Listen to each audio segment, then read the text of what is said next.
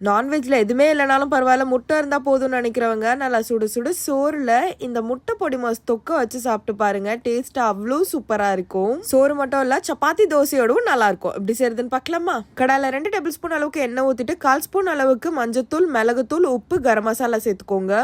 4 முட்டை உடச்சு எடுத்து வச்சிருக்கேன், அதை ஊத்திட்டு நல்லா பீட் பண்ணிக்கோங்க. இந்த மாதிரி பொடி மாஸ் ரெடி பண்ணி தனியா எடுத்து வச்சிருங்க. இப்ப அதே கடாயில இன்னொரு 2 டேபிள் ஸ்பூன் அளவுக்கு எண்ணெய் ஊத்திட்டு 1/4 ஸ்பூன் அளவுக்கு சோம்பு, 2 காஞ்ச மிளகா, ஒரு கொத்து கருவேப்பிலை சேர்த்து ஒரு பெரிய சைஸ் வெங்காயம் சேர்த்து நல்லா வதக்கிக்கோங்க. 1/4 ஸ்பூன் அளவுக்கு உப்பு சேர்த்துட்டு நல்லா வதக்கிக்கலாம். ஒரு பச்சை மிளகாய் எடுத்து வச்சிருக்கேன், அதையுமே சேர்த்து நல்லா வதக்கிக்கலாம். வெங்காயம் நல்லா வதங்கினதும் 1/2 ஸ்பூன் அளவுக்கு இஞ்சி பூண்டு பேஸ்ட் எடுத்து வச்சிருக்கேன், அதை சேர்த்து நல்லா வதக்கிக்கோங்க. 1 ஸ்பூன் வெறுமிளகாய் தூள், தனியாத்தூள், கரம் மசாலா, 1/4 ஸ்பூன் அளவுக்கு மஞ்சத்தூள், 1/4 ஸ்பூன் அளவுக்கு சீரகத்தூள். லோ ஃபிளேம்ல வச்சுட்டு 1/2 நிமிஷம் போல வதக்கிக்கோங்க. இப்போ ஒரு மீடியம் சைஸ் தக்காளி கட் பண்ணி வச்சிருக்கோம், அதையுமே சேர்த்து நல்லா வதக்கிக்கலாம். 1/2 கிளாஸ் அளவுக்கு தண்ணி சேர்த்துக்கலாம். லோ ஃபிளேம்ல வைக்க வேண்டாம், ஹைலே வைங்க. நல்லா கொதிச்சு வந்ததும் நம்ம ரெடி பண்ணி வச்சிருக்க பொடி மாசை சேர்த்து நல்லா மிக்ஸ் பண்ணிக்கோங்க.